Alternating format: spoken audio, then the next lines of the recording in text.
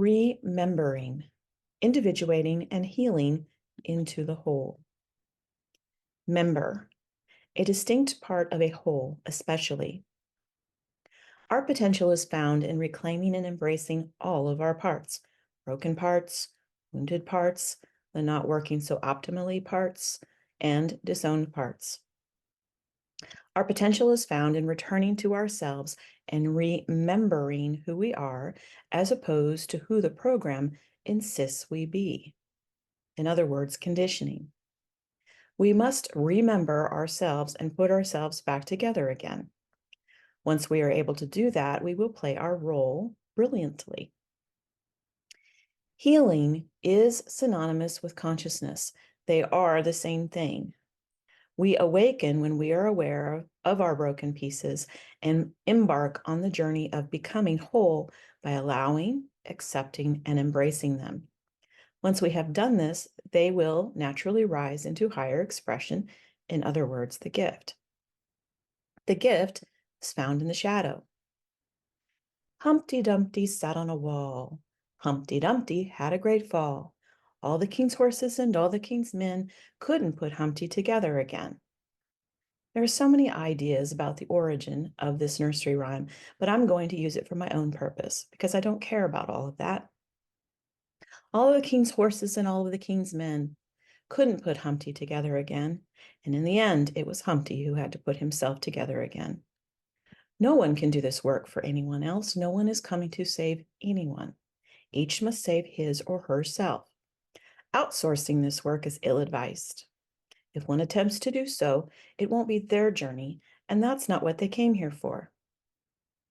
If one outsources this work, religion, culture, society, media, politics, government, the experts, name your distraction, etc., etc.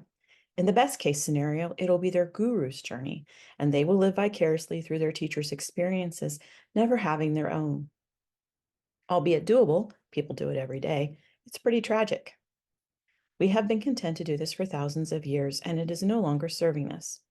All of our systems that we have relied on to tell us who we are and what to do are collapsing around us.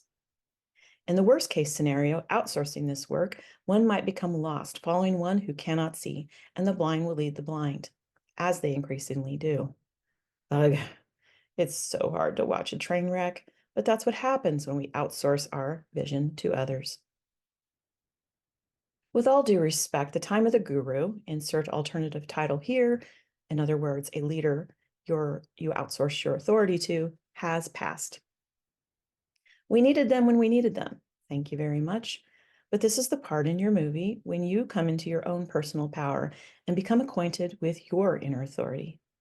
If you have woken up to this reality, then you know it's time for our characters in this movie to grow up so that we might clean up and show up for the journey of a lifetime. Did you get the Ken Wilber reference? But first, we need to individuate, because in all the confusion, we have become unclear about who we are and the role we came here to play. This is a crucial step in the development of our character. Do you know who you are?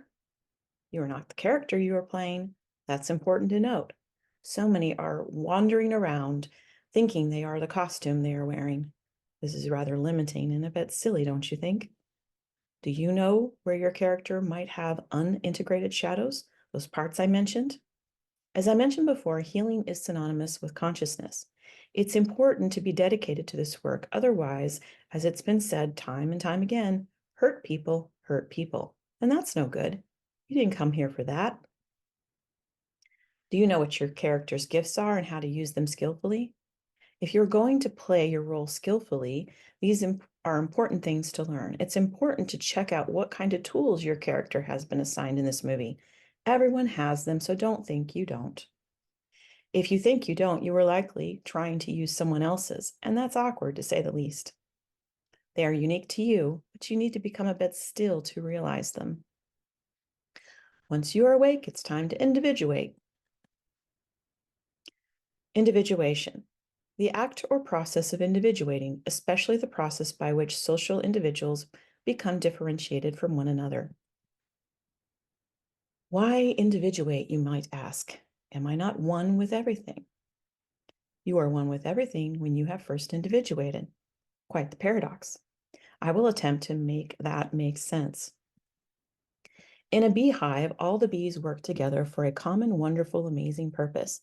They pollinate everything in our entire world, and that's why we have food. So they are important, very important. Every bee has a unique role that they are specifically designed to play out, but they work together in synergy. A typical honeybee colony contains three types of bees: the queen bee, the worker bee, and drones. Each of these bees have unique, important characteristic and perform specific functions within the hive. No one bee in a hive tries to be what it's not, nor is it caught up in its own self-importance, ego. Individuation is crucial in a beehive. It's beautiful, miraculous, and our entire food system is completely dependent on it. This kind of synergy feels musical when you contemplate it deeply. I guess that's another wonderful example. An orchestra would sound pretty lousy if everyone played the same instrument. A good musical score includes a lot of different players playing different instruments, but working together as one. So to be, I'm sorry. So to be one is to be individuated.